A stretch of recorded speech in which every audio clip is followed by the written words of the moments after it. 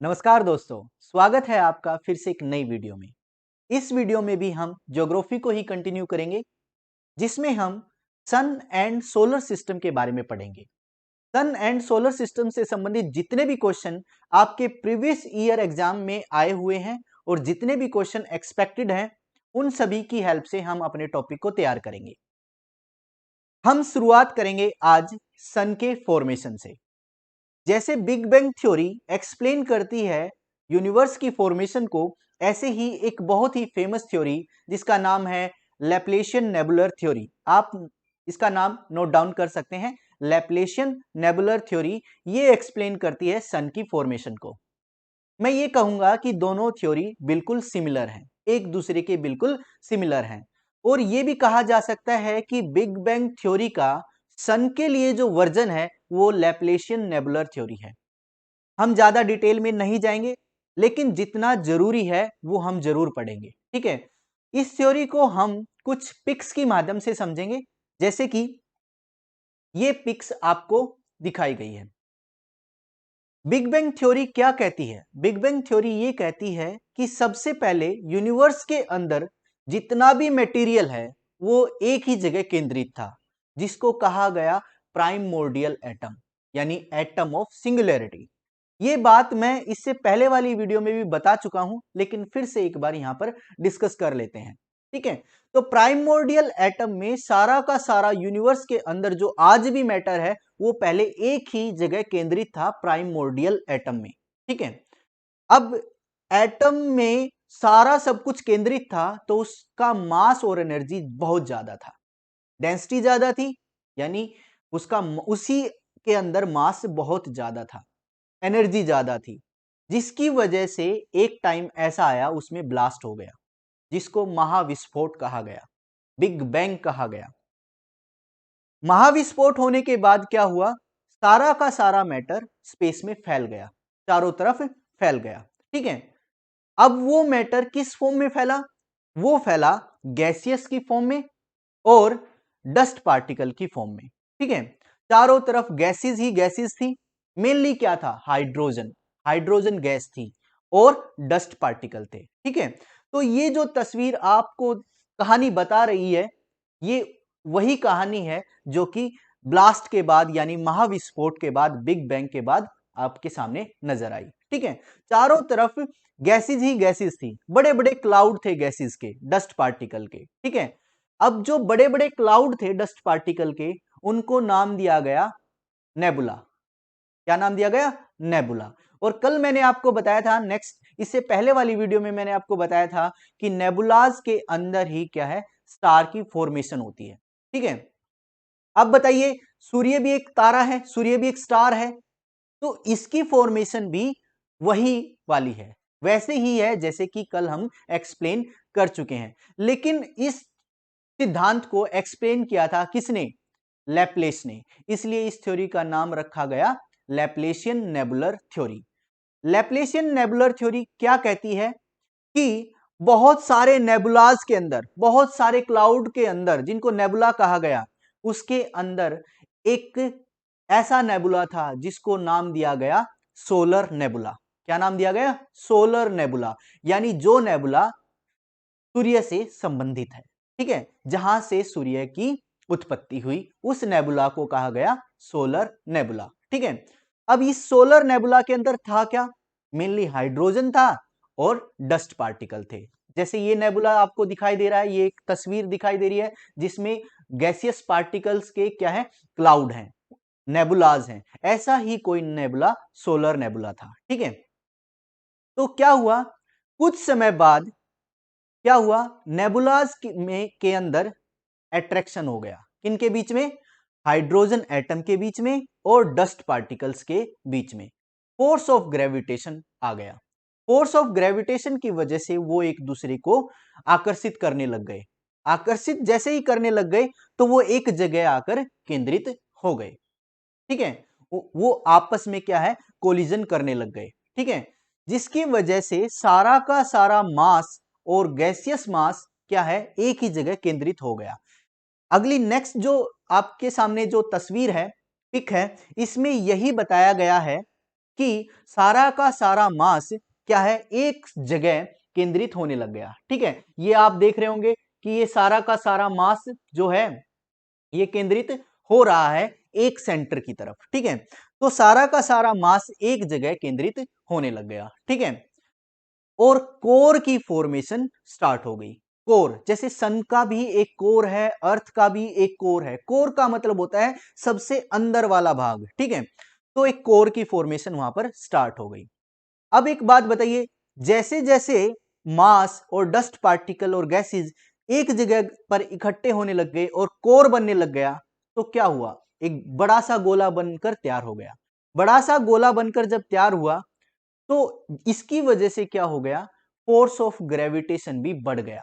ठीक है, एक बड़ी वस्तु दूसरी वस्तु को ज्यादा आकर्षण से खींच सकती है, ज्यादा ग्रेविटी से खींच सकती है, ये आप जान सकते हैं। तो जैसे जैसे गोला बढ़ता चला गया वैसे वैसे ग्रेविटेशन भी बढ़ता चला गया, जिसकी वजह से ज्यादा पार्टिकल उसकी समीप आने लग गए, उसकी तरफ अट्रैक्टेड हो गए और वो गोला आकार में बढ़ता बढ़ता बहुत बड़ा हो गया।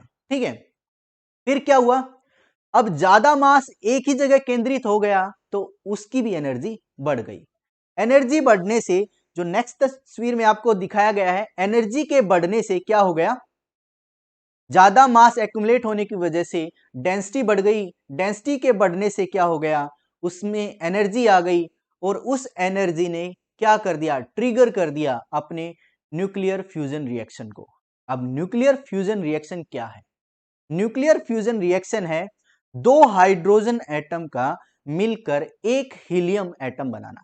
ठीक है, तो दो हाइड्रोजन एटम आपस में मिलकर एक हीलियम न्यूक्लियाई बनाते हैं और वहां से बहुत ज्यादा मात्रा में क्या है, एनर्जी निकलती है। एनर्जी किस फॉर्म में निकलती है, एनर्जी उष्मा यानी हीट की फॉर्म में और लाइट की फॉर्म में निकलती है। जैसे कि सन से एनर्जी निकल रही है, किसकी फॉर्म में, हीट एंड लाइट की फॉर्म में, तो उससे बहुत ज्यादा एनर्जी निकलने लग गई। अब जैसे ही एनर्जी निकली उसने दूसरे न्यूक्लियर फ्यूजन को ट्रिगर कर दिया। दो हाइड्रोजन एटम मिलकर वहां क्या निकालने लग गए, हीलियम बनाने लग गए, तो वहां से भी एनर्जी निकल गई। तो जितनी ज्यादा एनर्जी निकलने लग गई उतने ही ज्यादा न्यूक्लियर फ्यूजन रिएक्शन वहां पर स्टार्ट हो गए, ट्रिगर हो गए। तो इस वजह से क्या हो गया, पूरा का पूरा कोर यानी पूरा का पूरा जो गोला था वो क्या हो गया, जलने लग गया। किसकी वजह से, न्यूक्लियर फ्यूजन रिएक्शन की वजह से। ठीक है, जो ये तस्वीर आपके सामने है, तीसरी तस्वीर है, ये यही रिप्रेजेंट कर रही है कि न्यूक्लियर फ्यूजन की वजह से वो गोला क्या है, जलने लग गया, वहां से उष्मा यानी हीट और लाइट निकलने लग गई। तो आप इस तरीके से समझ गए होंगे कि एक स्टार कैसे बनता है। ठीक है, जब हीट और लाइट वहां से निकल रही थी किसकी वजह से, न्यूक्लियर फ्यूजन रिएक्शन की वजह से, तो इसका मतलब क्या है, वो एक स्टार बनकर तैयार हो गया। ठीक है, तो आप यहां पर समझ गए होंगे कि कैसे लैप्लेस नेबुलर थ्योरी ने एक्सप्लेन किया अपनी स्टार फॉर्मेशन को यानी सन की फॉर्मेशन को। अब हम आगे बढ़ते हैं, अपने क्वेश्चंस को देखते हैं और समझते हैं कि कैसे क्वेश्चन पूछे गए हैं और कैसे क्वेश्चन आ सकते हैं। देखिए, सौर मंडल का जन्मदाता किसे कहा जाता है। अब देखिए सौर मंडल क्या है, सबसे पहले यह समझ लेते हैं कि सौर मंडल क्या है।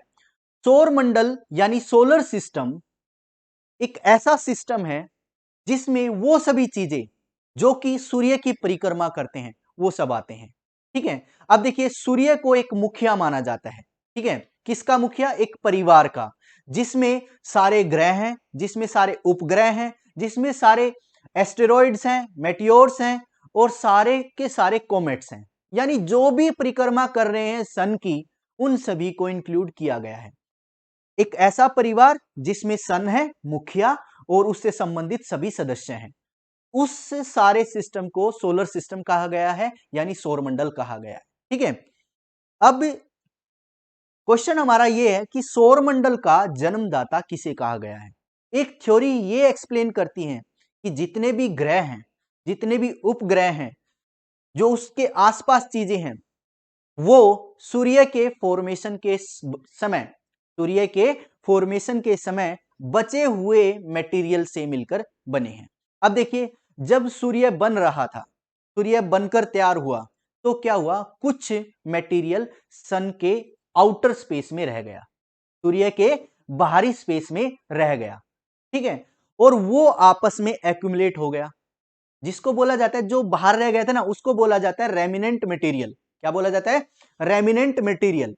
अब सूर्य के बाहरी स्पेस में कोई मटेरियल रह जाता है और वो एक्यूमुलेट हो जाता है, इकट्ठा हो जाता है और जन्म देता है, उत्पत्ति करता है ग्रहों की, ठीक है। इस प्रकार से ग्रह बने हुए हैं।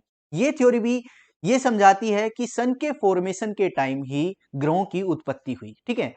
सन की फॉर्मेशन में जो दूर से अट्रैक्ट हुए अवशेष थे, जो डस्ट पार्टिकल थे, गैसियस पार्टिकल थे, गैसियस क्लाउड थे, जो सन की फॉर्मेशन में हिस्सा नहीं ले पाए और बाहर रह गए, उन्हीं का जो जमावड़ा होकर, उन्हीं का एक्यूमुलेशन ग्रहों को जन्म देता है, ग्रहों की उत्पत्ति करता है, ठीक है। इस तरीके से हम समझ सकते हैं। तो एक तरीके से सौरमंडल में जितने भी ग्रह हैं, जितने भी उपग्रह हैं, यानी कोई भी एस्टेरॉइड्स हैं, मेटियोर्स हैं, इन सभी की उत्पत्ति कहां से हुई है, सन से ही हुई है, ठीक है। तो सौरमंडल का जन्मदाता किसे कहा जाएगा, सूर्य को कहा जाएगा। आई होप आप ये समझ चुके होंगे, ठीक है। सूर्य क्या है, नेक्स्ट क्वेश्चन क्या है, सूर्य क्या है। सूर्य एक प्रकार का गैसीय गोला है। अब गैसीय गोला क्यों है, ये आप भली भांति जानते हैं। क्यों, क्योंकि सूर्य के अंदर डस्ट पार्टिकल है और गैसियस पार्टिकल है। गैसियस पार्टिकल में क्या है, हाइड्रोजन है, और हाइड्रोजन आपस में फ्यूज होकर हीलियम बना रहे हैं, यही है ना। तो जो सन है हमारा वो एक गैसियस स्फीयर है, यानी गैसीय गोला है, ठीक है। अगला जो क्वेश्चन है, सूर्य, इसका परिक्रमण काल कितना है। यानी आपने पढ़ा होगा, कल पढ़ा था, इससे पहले वाली वीडियो में पढ़ा था कि जो सन है वो एक गैलेक्टिक केंद्र के चारों ओर चक्कर लगा रहा है। मैंने बताया था गैलेक्टिक केंद्र क्या होता है, गैलेक्सी का केंद्र। हमारी गैलेक्सी कौन सी है, मिल्की वे गैलेक्सी। उसका जो केंद्र है उसके चारों ओर सन क्या कर रहा है, चक्कर लगा रहा है। अब सन कितने समय में भी वो चक्कर पूरा कर रहा है, सन अपने 25 करोड़ वर्ष में, कितना, 25 करोड़ वर्ष में एक चक्कर पूरा कर रहा है। अब ये जो समय है इसको कॉस्मिक ईयर कहा जाता है। क्या कहा जाता है, कॉस्मिक ईयर। ये इससे पहले वाली वीडियो में हम कवर कर चुके हैं। नेक्स्ट जो क्वेश्चन है, सूर्य अपने अक्ष पर किस तरह घूमता है। अक्ष पर कैसे घूमता है, जैसे अक्ष पर घूमना, जैसे ये सूर्य है, ये अक्ष पर ऐसे घूम रहा है, अपने फिक्स पोजीशन पर ऐसे घूम रहा है। ये तो होता है परिक्रमा करना, ठीक है, परिक्रमण। और ये जो होता है घूर्णन, ठीक है, घूर्णन यानी अपने ही अक्ष पर ऐसे घूमना। तो कैसे घूम रहा है, पूर्व से पश्चिम की ओर। सूर्य कैसे घूम रहा है, सूर्य भी जैसे अर्थ घूमती है ऐसे ही सूर्य भी घूमता है, और ये पूर्व से पश्चिम की ओर घूम रहा है, फ्रॉम ईस्ट टू वेस्ट घूम रहा है, ठीक है।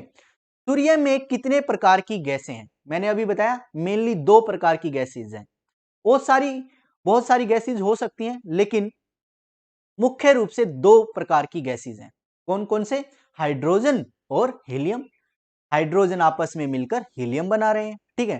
तो अन्य तत्व भी हो सकते हैं, जिसमें से हाइड्रोजन 71% है और हीलियम 26.5% है, और अन्य तत्व कितने हैं, 2.5%, ठीक है। ये आपको ध्यान रखना होगा, हाइड्रोजन और हीलियम का ध्यान तो रखना ही रखना होगा, ये तो आपको याद करनी पड़ेगी, ठीक है। सूर्य का केंद्रीय भाग क्या कहलाता है, नेक्स्ट क्वेश्चन क्या है, जो केंद्रीय भाग है वो क्या कहलाता है। अभी थोड़ी देर पहले हमने कोर के बारे में बात की थी, ठीक है। जो सूर्य का जो केंद्रीय भाग है, बिल्कुल अंदर वाला पार्ट है, उसको हम क्या कहते हैं, कोर कहते हैं, ठीक है। क्रोड का तापमान यानी कोर का तापमान कितना होता है। अब देखिए, जो क्रोड है इसका तापमान लगभग, ये माइनस नहीं है यहां पर, ठीक है, ये 1.5 इंटू 10 की पावर 7 डिग्री सेल्सियस है। कितना है, 1.5 इंटू 10 की पावर 7 डिग्री सेल्सियस। ये किसका है, क्रोड का तापमान है, उसके बिल्कुल अंदर वाले हिस्से का तापमान है, ठीक है। सूर्य की बाहरी सतह का तापमान कितना होता है, बाहरी सतह, बाहरी सतह मतलब आउटर लेयर का तापमान कितना है, ये है 6000 डिग्री सेल्सियस। ये क्वेश्चन जो 6000 डिग्री सेल्सियस वाला क्वेश्चन है, ये बहुत बार पूछा गया है। ठीक है, सूर्य की बाहरी सतह का तापमान कितना होता है?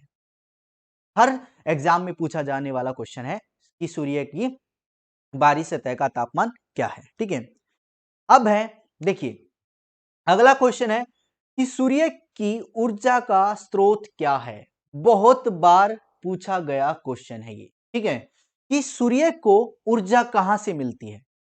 मैं जब फॉर्मेशन समझा रहा था तब मैंने इंक्लूड किया था, अभी भी आपको याद होगा, कि जो हाइड्रोजन है उनका फ्यूजन होता है। दो हाइड्रोजन मिलकर एक हीलियम न्यूक्लियाई बनाते हैं और साथ ही बहुत ज्यादा एनर्जी वहां पर निकलती है। ठीक है, तो वही फ्यूजन रिएक्शन, वही न्यूक्लियर फ्यूजन रिएक्शन क्या है? सूर्य की ऊर्जा का स्रोत है। ठीक है, तो यहां पर नाभिकीय संलयन की क्रिया यानी न्यूक्लियर फ्यूजन रिएक्शन ही सूर्य की ऊर्जा का स्रोत है। ठीक है, नाभिकीय संलयन यानी न्यूक्लियर फ्यूजन, फ्यूजन किन किन के बीच होता है? दो हाइड्रोजन एटम के बीच होता है। क्या निकलता है? हीलियम न्यूक्लियाई निकलता है। ठीक है, इसके बाद है सूर्य की दीप्तिमान सतह को क्या कहते हैं? अब ये क्वेश्चन जो हमें सीखना है, इससे पहले हम सूर्य की स्ट्रक्चर को समझ लेते हैं। ठीक है, सूर्य की स्ट्रक्चर देखिए, सूर्य कुछ इस तरीके से दिखाई देता है। ठीक है, सूर्य की डिफरेंट डिफरेंट लेयर हैं। मैंने आपको बताया था, जैसे ये बीच में आपको दिखाई दे रहा होगा यहां पर, ये क्या है? ये लाल रंग का कोर है, यानी हमारा सॉरी ये कोरोना गलत लिखा है, ये क्या है? कोर है, यहां पर कोर आना चाहिए। ठीक है, तो ये क्या है? अपना कोर है जो रेड कलर में है, बिल्कुल सेंटर में जो सर्कल आपको दिखाई दे रहा है, ये सूर्य का क्या है? कोर है। ठीक है, जो उसके बाद जो अगली जो ये यहां पर आपको ये दिखाई दे रहा है, ये जो अगली लेयर है पिंक कलर की, ये आपकी क्या है? रेडिएटिव जोन है। क्या है? Radiative zone. देखो क्या होता है, जो न्यूक्लियर रिएक्शन होती है वो कहां पर होती है? कोर के अंदर होती है। कहां पर होती है? कोर के अंदर। वहीं से जो हीट है और लाइट है वो क्या होती है? निकलती है। अब जो एनर्जी निकल रही है न्यूक्लियर फ्यूजन रिएक्शन से, वो रेडिएशन की फॉर्म में निकल रही होती है। इस फॉर्म में, रेडिएशन की फॉर्म में निकल रही होती है। तो दैट मीन्स ये है कि कोर से जो बाहरी जो लेयर होगी उसमें सबसे ज्यादा रेडिएशन आपको मिलेगी। ठीक है, तो ये क्या हो गया? Radiative zone. क्या हो जाएगा?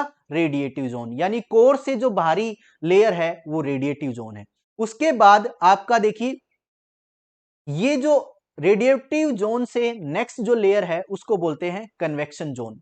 कन्वेक्शन जोन क्या होता है? क्या होता है? जो ट्रांसमिशन होता है रेडिएशन का, वो इसी जोन में होता है। ठीक है, यानी कन्वेक्शन जोन में इसी में क्या होता है? ट्रांसमिशन होता है। ठीक है, उसके बाद जो है नेक्स्ट जो लेयर है वो है फोटोस्फीयर। क्या है?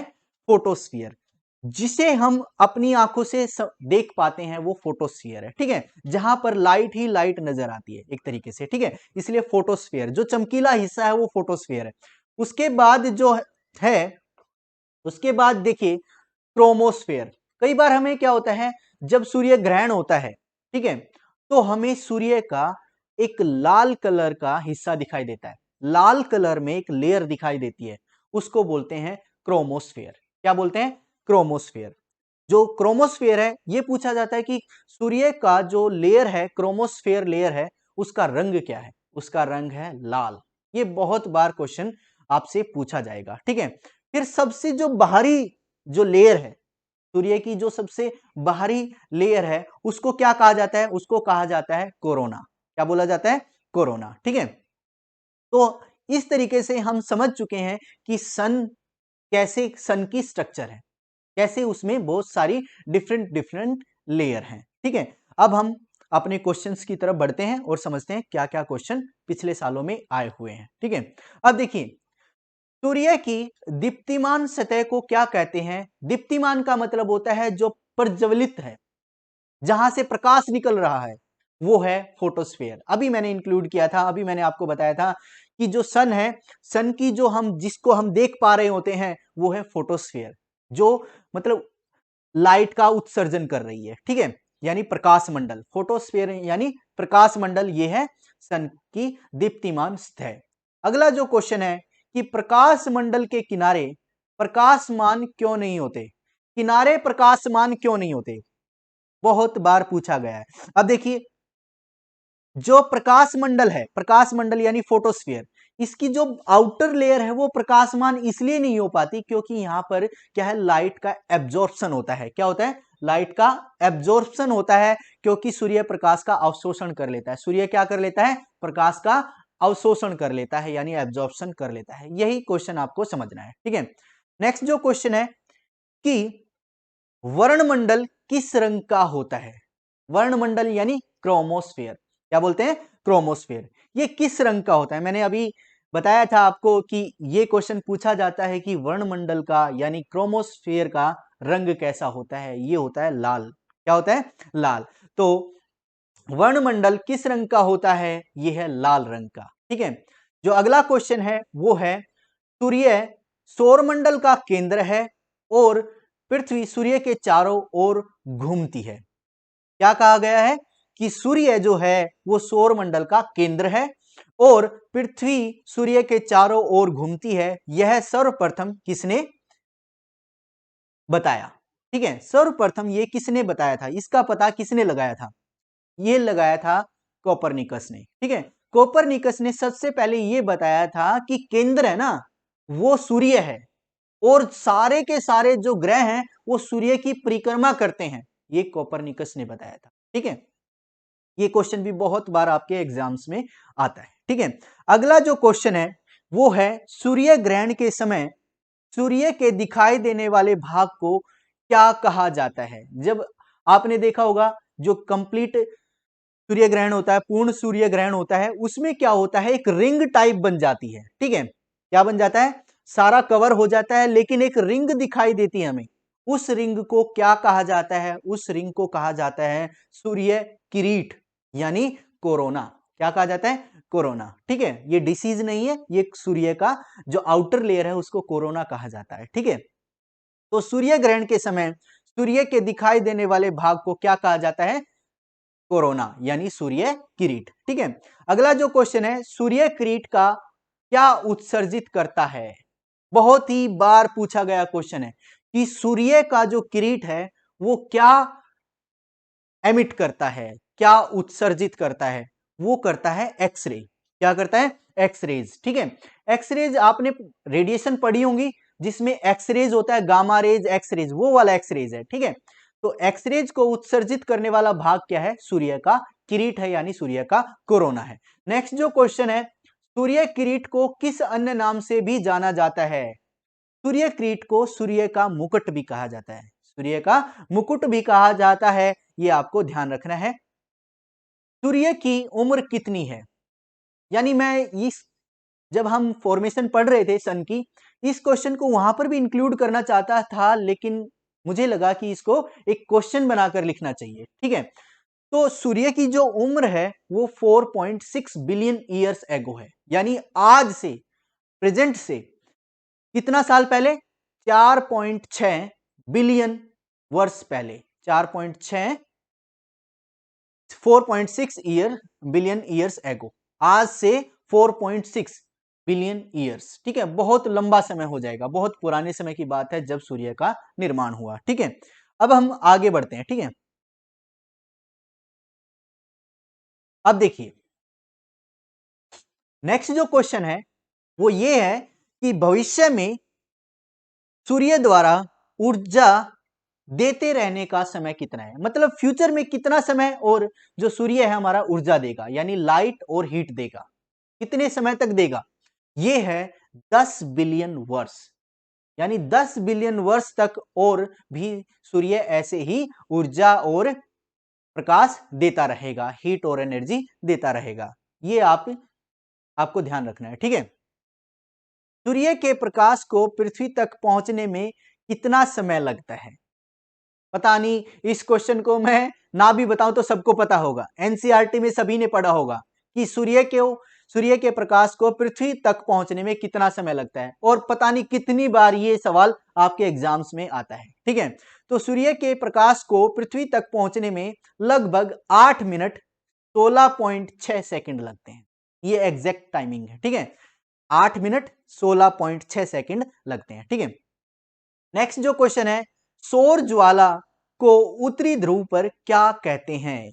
अब सौर ज्वाला उत्तरी ध्रुव और दक्षिणी ध्रुव पर क्या है, मैं बताता हूं, इसको एक्सप्लेन करते हैं। देखो, पहले सौर ज्वाला के बारे में देख लेते हैं क्या है। देखिए, सौर ज्वाला क्या है? देखिए, सौर ज्वाला है जैसे उत्तरी ध्रुव है और दक्षिणी ध्रुव है।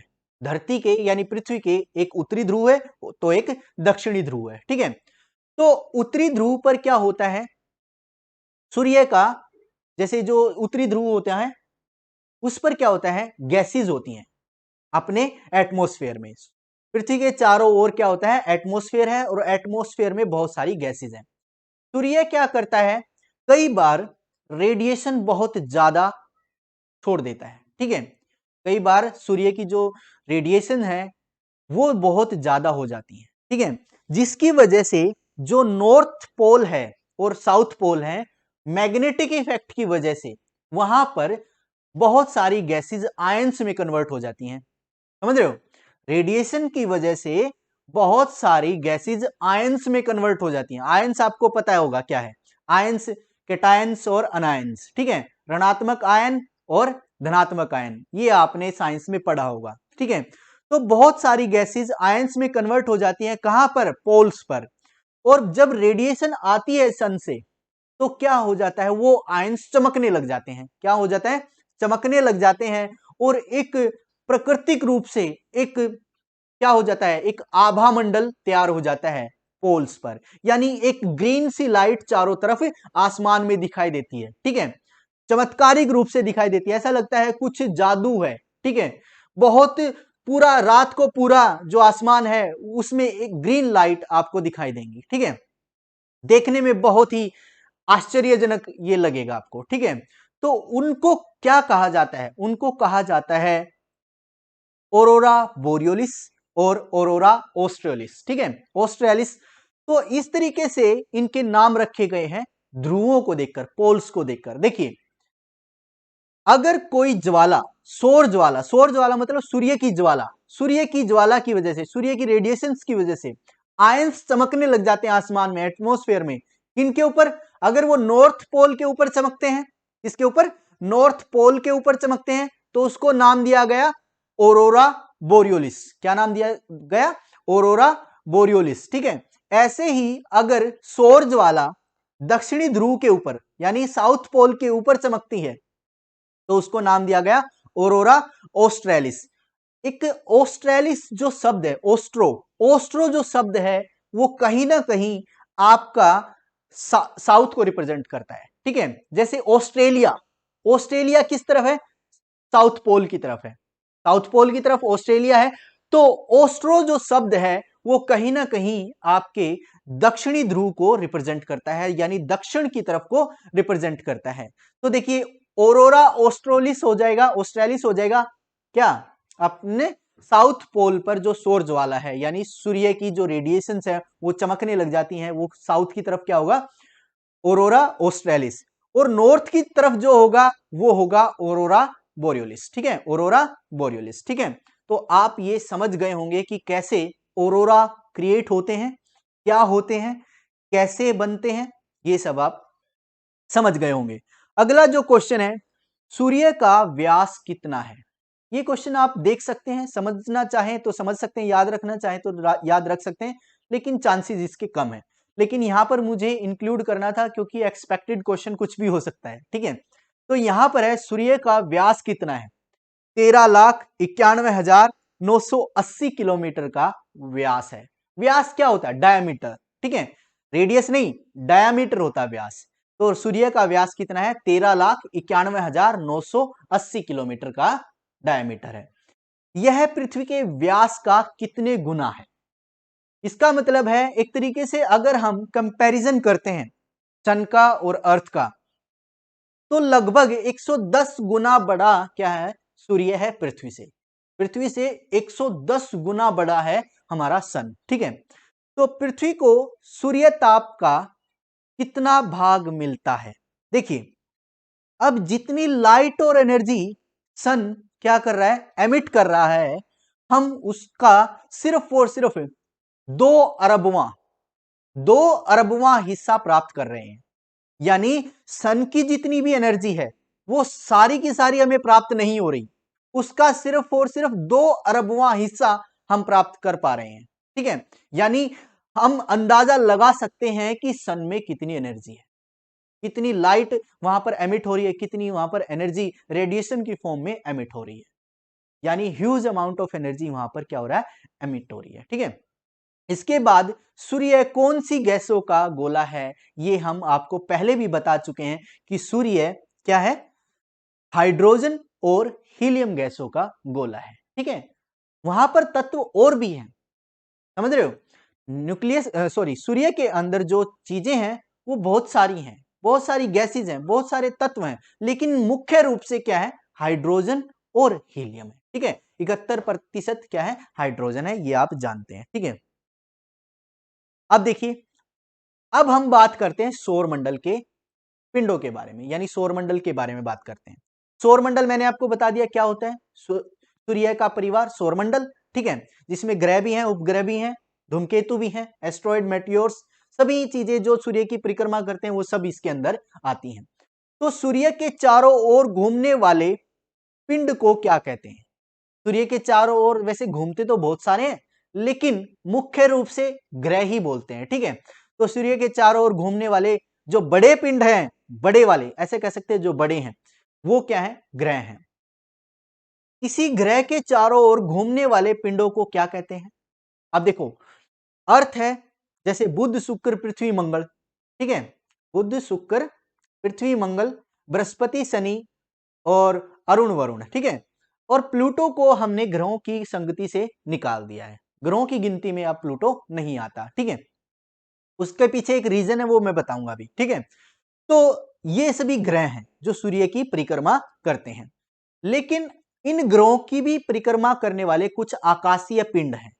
ठीक है, जैसे हमारा ग्रह कौन सा है, पृथ्वी है, अर्थ है, अर्थ के चारों ओर घूमने वाला भी एक आकाशीय पिंड है जिसको उपग्रह कहते हैं। ठीक है, अब जो ये उपग्रह है ये क्या है, चंद्रमा है पृथ्वी का। ठीक है, इसको इंग्लिश में सैटेलाइट बोलते हैं, नेचुरल सैटेलाइट। ठीक है, प्राकृतिक उपग्रह। ठीक है, तो ग्रह के चारों ओर घूमने वाले पिंडों को क्या कहते हैं, उपग्रह कहते हैं।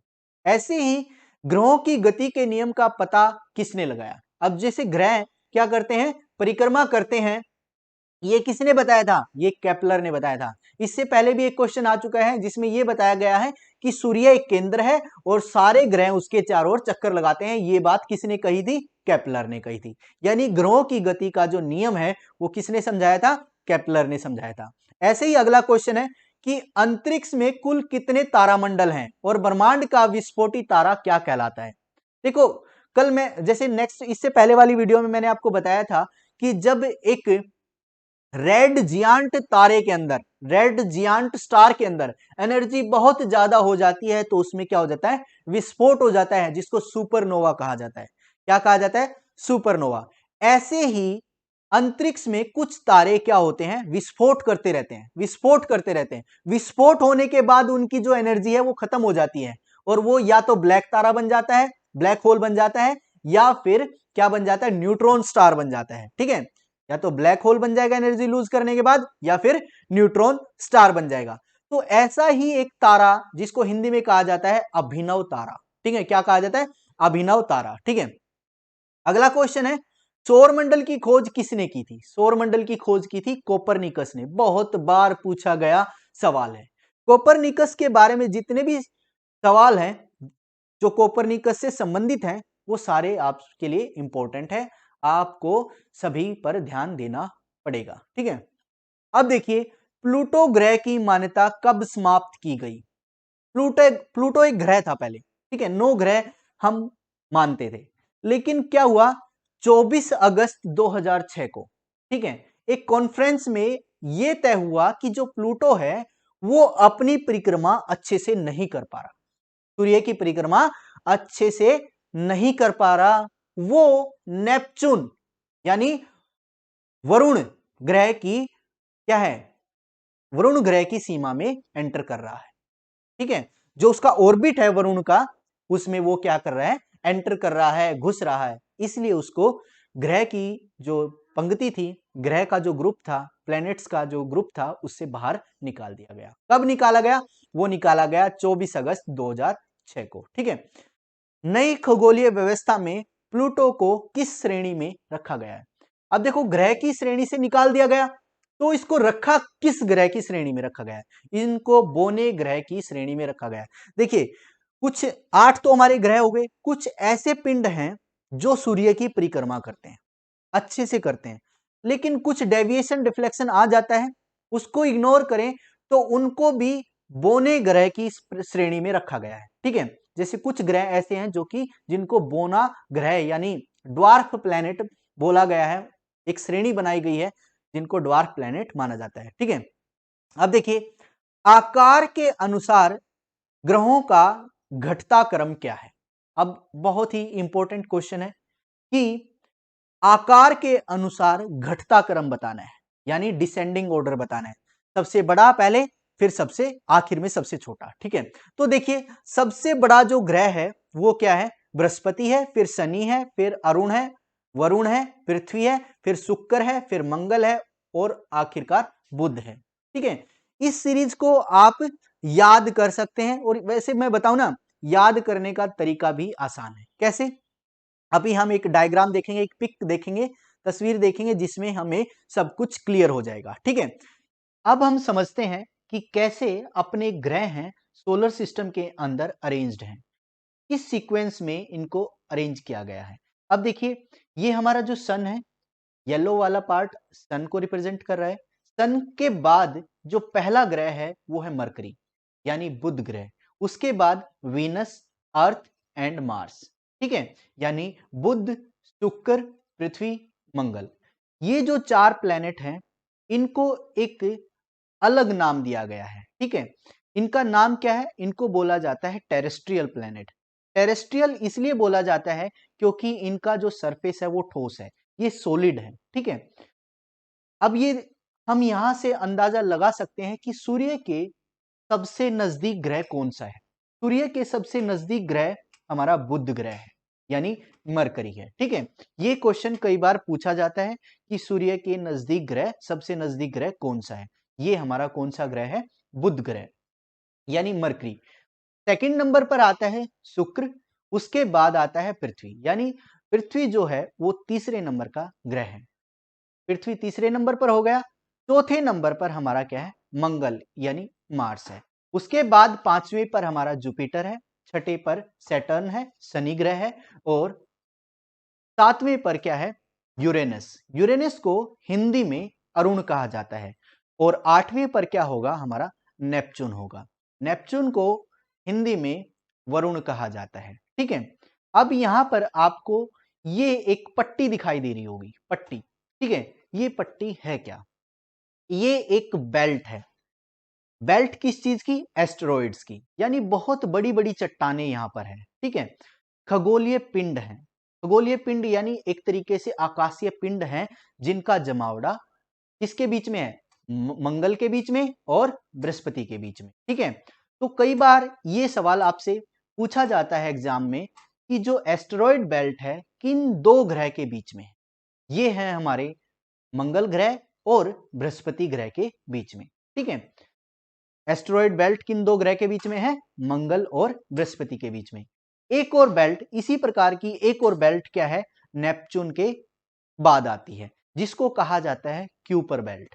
क्यूपर बेल्ट कहां पर है, नेपच्यून के बाद। तो ये दोनों क्वेश्चन आपसे एग्जाम में पूछे जा सकते हैं।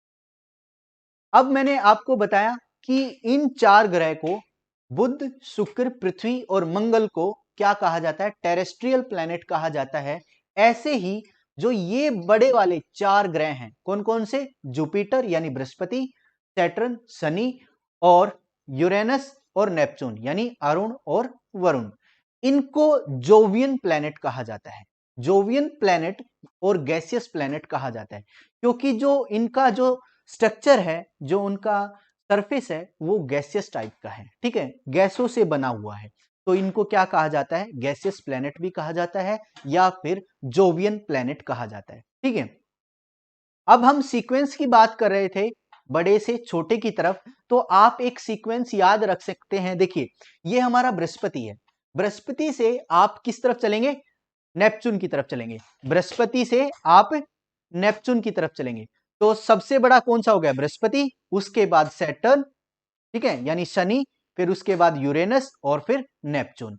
ये हो गई सीक्वेंस, ठीक है। उसके बाद फिर आता है अपना अर्थ, फिर वीनस, फिर मार्स और फिर मरकरी। इस तरीके से आप सीक्वेंस को ध्यान रख सकते हैं। इससे पहले भी हमने ये सीक्वेंस पढ़ी थी, लास्ट वाले क्वेश्चन में देखिए कि बृहस्पति, शनि, अरुण, वरुण के बाद पृथ्वी, फिर शुक्र और फिर मंगल और फिर बुध है, ठीक है।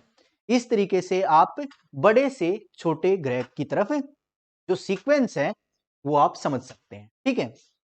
एक चीज इस डायग्राम में, इस पिक में दिखाई गई है, वो क्या है, देखिए ये आपको मरकरी दिखाई दे रहा होगा, मरकरी के ऊपर कुछ भी नहीं है, ठीक है, यानी मरकरी का कोई भी उपग्रह नहीं है, मरकरी का कोई भी सैटेलाइट, नेचुरल सैटेलाइट नहीं है। ऐसे ही वीनस के ऊपर भी कोई भी ग्रह, उपग्रह नहीं दिखाया गया है, लेकिन अर्थ के ऊपर एक एरो लगाकर लिखा हुआ है मून, ठीक है, यानी जो हमारी अर्थ है उसका एक नेचुरल सैटेलाइट है जिसको मून कहा जाता है, चंद्रमा कहा जाता है, ठीक है। तो पृथ्वी का एकमात्र सैटेलाइट यानी उपग्रह कौन सा है, चंद्रमा है, ठीक है। ऐसे ही अगला जो ग्रह है वो है मार्स। मार्स के यहां पर दो उपग्रह दिखाए गए हैं, कौन कौन सा, आप अगर देख पा रहे होंगे तो यहां पर है फोबोस और डिमोस, ठीक है। फोबोस और डिमोस मार्स के दो उपग्रह हैं, इनके बारे में कई बार एग्जाम में क्वेश्चन पूछे गए हैं, ठीक है। तो मार्स से ऐसा पूछा जाता है कि फोबोस कौन से ग्रह का उपग्रह है, डिमोस कौन से उपग्रह का कौन से ग्रह का उपग्रह है, तो ये सवाल आपके एग्जाम्स में आते रहते हैं। तो इसी तरीके से जुपिटर जो है, जुपिटर के भी बहुत सारे क्या हैं, बहुत सारे उपग्रह हैं। यहां पर कुछ के बारे में बताया गया है, जैसे लो, यूरोपा, गायनामेड और कैलिस्टो, ठीक है। ये चार बताए गए हैं, लेकिन यहां पर बहुत सारे उपग्रह हैं। जो हमारा जुपिटर जो प्लेनेट है, इसके जो सैटेलाइट्स हैं वो काफी ज्यादा हैं, 67 सैटेलाइट्स हैं, ठीक है। ऐसे ही सैटर्न के भी बहुत सारे सैटेलाइट्स हैं। आप इनमें से कुछ को समझेंगे, हो सकता है इनके किसी ना किसी के नाम आपसे पूछ लिए जाएं, जैसे गायनामेड है ना, गैनीमेड, ये जो उपग्रह है इसके बारे में कई बार एग्जाम में क्वेश्चन आ चुका है, ठीक है। ऐसे ही यूरोपा के बारे में भी कई बार एग्जाम्स में पूछा गया है कि यूरोपा जो उपग्रह है, सैटेलाइट है, वो कौन से ग्रह का है, कौन से प्लेनेट का है, तो आपका आंसर क्या होगा, वो जुपिटर का है। ऐसे ही सैटर्न यानी शनि ग्रह के भी बहुत सारे उपग्रह है यानी सैटेलाइट है, नेचुरल सैटेलाइट है। इनमें से एक जो फेमस है, जो कई बार एग्जाम में आ चुका है, पूछा जा चुका है, वो है टाइटन। जो टाइटन उपग्रह है वो हमारे प्लेनेट सैटर्न का है, ठीक है। ऐसे ही यहां पर हमारे यूरेनस के बताए गए हैं। यूरेनस में जो होगा वो क्या होगा, यूरेनस के हैं, मैं एक बार पढ़ के आपको बता देता हूं। ये है मिरांडा, ठीक है, मिरांडा, एरियल और उम्ब्रियल और टाइटेनिया, है ना, ओबेरॉन, इनको आप लिख सकते हैं। कौन कौन सा है, ये है मिरांडा, एरियल, एम्ब्रियल और टाइटेनिया और ओबेरॉन, ठीक है। ये किसके हैं, यूरेनस के हैं। ऐसे ही अपना जो नेपच्यून है, नेपच्यून का एक ग्रह यहां पर, उपग्रह यहां पर दिखाया गया है, और नेपच्यून का जो उपग्रह यहां पर दिखाया गया है उसका नाम है ट्राइटॉन। नेपच्यून का कौन सा है, ट्राइटॉन, यानी जो वरुण ग्रह है उसका उपग्रह कौन सा है, ट्राइटॉन, ठीक है। इस तरीके से मैं ये कहूंगा जो ये पिक है ना, यहीं से आपसे क्वेश्चन पूछा जा सकता है, ठीक है। इस पिक को आप इतने अच्छे से समझिए, अच्छे से पढ़िए कि हो सकता है कि आपके आने वाले किसी भी एग्जाम में यहीं से क्वेश्चन पूछ लिया जाए, ठीक है। तो ये बहुत ही इंपॉर्टेंट पिक है, ठीक है, इसलिए मैंने इसको इंक्लूड किया हुआ है। इसके बाद हम आगे चलते हैं। कि सूर्य के चारों ओर घूमने वाले पिंड को क्या कहते हैं, ये हम कर चुके हैं शायद। अब नेक्स्ट देखिए, प्लूटो का ग्रह होने का दर्जा क्यों खत्म कर दिया गया। मैंने आपको बताया था कि प्लूटो को 24 अगस्त 2006 में ग्रहों की श्रेणी से बाहर निकाल दिया गया है। क्यों निकाल दिया गया है? क्योंकि ये प्लूटो अपने फिक्स ऑर्बिट में क्या है, रिवॉल्यूशन नहीं कर रहा था। ठीक है, ये क्या है, नेपच्यून के ऑर्बिट में घुस रहा था। ठीक है, तो एक कॉन्फ्रेंस रखी गई जिसमें यह तय हुआ कि प्लूटो को ग्रह की श्रेणी से निकाल दिया जाना ठीक रहेगा, क्योंकि ये ग्रह की एक जो कुछ फिक्स क्राइटेरिया होते हैं ग्रह मानने के, किसी उल्का पिंड को या फिर किसी पिंड को, आकाशीय पिंड को, खगोलीय पिंड को अगर ग्रह बनाया जाता है तो कुछ क्राइटेरिया रखा जाता है। ये उस क्राइटेरिया को क्या है, फॉलो नहीं कर रहा। कौन फॉलो नहीं कर रहा था? प्लूटो। तो इसलिए उसको कहां निकाल दिया गया? ग्रहों की श्रेणी से बाहर निकाल दिया गया। ठीक है, अब उसको कहां पर रखा गया है? उसको रखा गया बोने ग्रह की श्रेणी में, यानी ड्वार्फ प्लेनेट के ग्रुप में रखा गया। अब देखिए नेक्स्ट जो क्वेश्चन है, पार्थिव या आंतरिक ग्रह किन ग्रहों को कहा जाता है? ये क्वेश्चन अभी हम समझ चुके हैं। क्या है कि बुध, शुक्र, पृथ्वी, मंगल, जो वो पहले वाले 4 ग्रह हैं उनको टेरेस्ट्रियल प्लेनेट कहा जाता है। टेरेस्ट्रियल का मतलब हिंदी में पार्थिव होता है, पार्थिव। ठीक है, तो पार्थिव और आंतरिक ग्रह किनको कहा जाएगा? बुध, शुक्र, पृथ्वी और मंगल, यानी mercury, Venus, earth and Mars को कहा जाएगा। ठीक है, ऐसे ही बृहस्पतीय या बाह्य ग्रह किन ग्रहों को कहा जाता है? मैंने बताया था जो बाहर वाले ग्रह जुपिटर से लेकर नेपच्यून तक, ये जो ग्रह हैं इनको जोवियन प्लेनेट कहा जाता है। जोवियन की जो हिंदी होती है वो होती है बृहस्पतीय। बृहस्पतीय ग्रह यानी बाह्य ग्रह किनको कहा जाता है? यह है बृहस्पति, शनि, अरुण और वरुण, यानी जुपिटर, सैटर्न, यूरेनस और नेपच्यून। ठीक है, ये जो ग्रह हैं ये कौन से हैं? अपने बृहस्पतीय ग्रह हैं, यानी जोवियन प्लेनेट है। अगला जो क्वेश्चन है वो है सबसे बड़ा ग्रह कौन सा है? सबसे बड़ा ग्रह आपने अभी देखा था वो कौन सा है, सीक्वेंस भी देखी थी डिसेंडिंग ऑर्डर में। वो क्या है? सबसे बड़ा ग्रह है अपना जुपिटर। और सबसे छोटा कौन सा है? बुध। तो यहां पर हम सब कुछ समझ चुके हैं, सौरमंडल के अंदर जो भी चीजें हैं यहां पर हम सब चीजों को क्लियर कर चुके हैं। इसके बाद हम अगले टॉपिक को नेक्स्ट वीडियो में स्टार्ट करेंगे। आई होप ये वीडियो भी आपको अच्छे से समझ आ गई होगी। अगर ये वीडियो आपको अच्छी लगी है तो इसको प्लीज लाइक करें, शेयर करें और सब्सक्राइब करें चैनल को। धन्यवाद।